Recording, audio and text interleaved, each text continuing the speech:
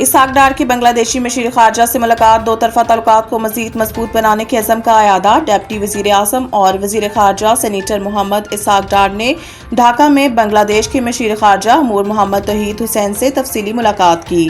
وزارت خارجہ کی جانب سے سوشل میڈیا پر جاری بیان میں بتایا گیا ہے کہ دونوں فریقین نے دو طرفہ تعلقات کے تمام پہلوؤں پر غور کیا، جن میں اعلیٰ سطحی رابط، تجارت، اقتصادی تعاون، عوامی رابط، ثقافتی تبادلے، تعلیم، استعداد کار میں تعاون اور انسانی ہمدردی کے مسائل شامل تھے۔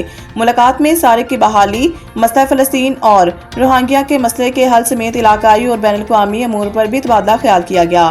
وزارت خارجہ کے مطابق خوشگوار ماحول میں ہونے والی ملاقات میں فریقین نے دو طرفہ تعلقات کو مزید مضبوط بنانے کے عزم کا اعادہ کیا۔ قبل ازیں نائب وزیر اعظم وزیر خارجہ اسحاق ڈار نے بنگلہ دیش کے مشیر تجارت سے ملاقات کی، جس میں دو طرفہ تجارت اور اقتصادی تعاون پر تفصیلی بات چیت کی گئی۔ وزیر خارجہ اسحاق ڈار نے وزیر تجارت جام کمال خان کے ہمراہ آج بنگلہ دیش کے مشیر تجارت شیخ بشیر الدین سے ملاقات کی۔ پاکستان اور بنگلہ دیش کے وفود کے درمیان ہونے والی ملاقات میں دو طرفہ تجارت، سرمایہ کاری اور اقتصادی تعاون پر تفصیلی بات چیت کی گئی۔ سعید غنی کے بھائی فرحان غنی کے خلاف انسداد دہشت گردی اور اقدام قتل کا مقدمہ درج۔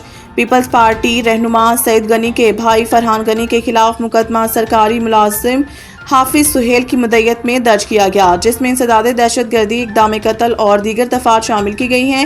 ایف آئی آر کے متن میں کہا گیا ہے کہ مدعی کے مطابق 22 اگست کو شارع فیصل سروس روڈ پر فائبر کیبل بچھانے کے کام کی نگرانی کر رہا تھا۔ 3 گاڑیوں میں 20 سے 25 افراد آئے، جن میں فرحان غنی، قمر احمد، شکیل اور دیگر شامل تھے۔ ایف آئی آر کے مطابق ملزمان نے پوچھا کس کی اجازت سے زمین کھود رہے ہو، بتایا کہ سرکاری کام ہے، تمام اداروں کی این او سی سے ہو رہا ہے، مگر ان افراد نے مجھ پر تشدد کیا، جان سے مارنے کی نیت سے اسلحہ بھی تانا تھا۔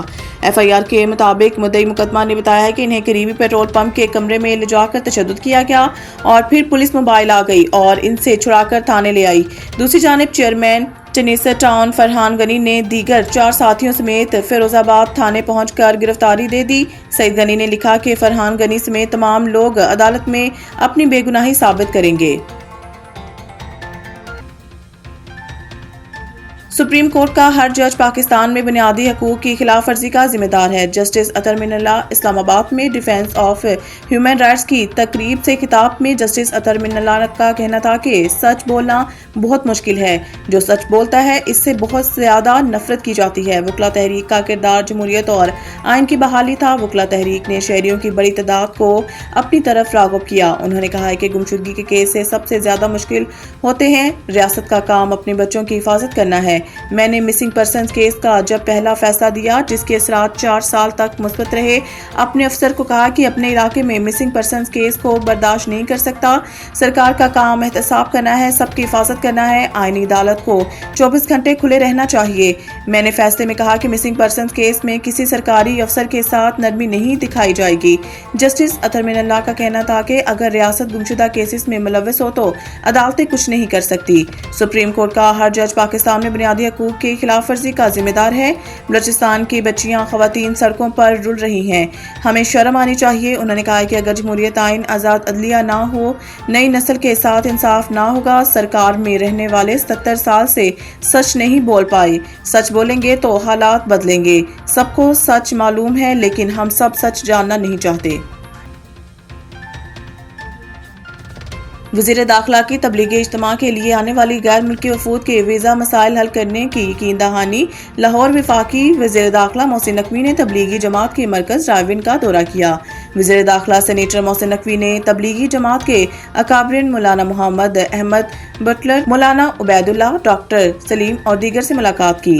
تبلیغی جماعت کے اکابرین نے محسن نقوی کو نومبر میں ہونے والے عالمی تبلیغی اجتماع کے انتظامات سے آگاہ کیا، جبکہ وزیر داخلہ محسن نقوی نے دین اسلام کے لیے تبلیغی جماعت کے اکابرین کی خدمات کو سراہا۔ اس موقع پر وزیر داخلہ نے تبلیغی اجتماع کے لیے بیرون ممالک سے آنے والے وفود کے لیے ہر ممکن تعاون فراہم کرنے کی یقین دہانی کرائی۔ محسن نقوی نے کہا کہ جہاں بھی ویزے کا مسئلہ ہوا، ہم ترجیحی بنیادوں پر حل کرائیں گے۔ تبلیغی اجتماع کے لیے بیرون ممالک سے آنے والے وفود ہمارے معزز مہمان ہیں۔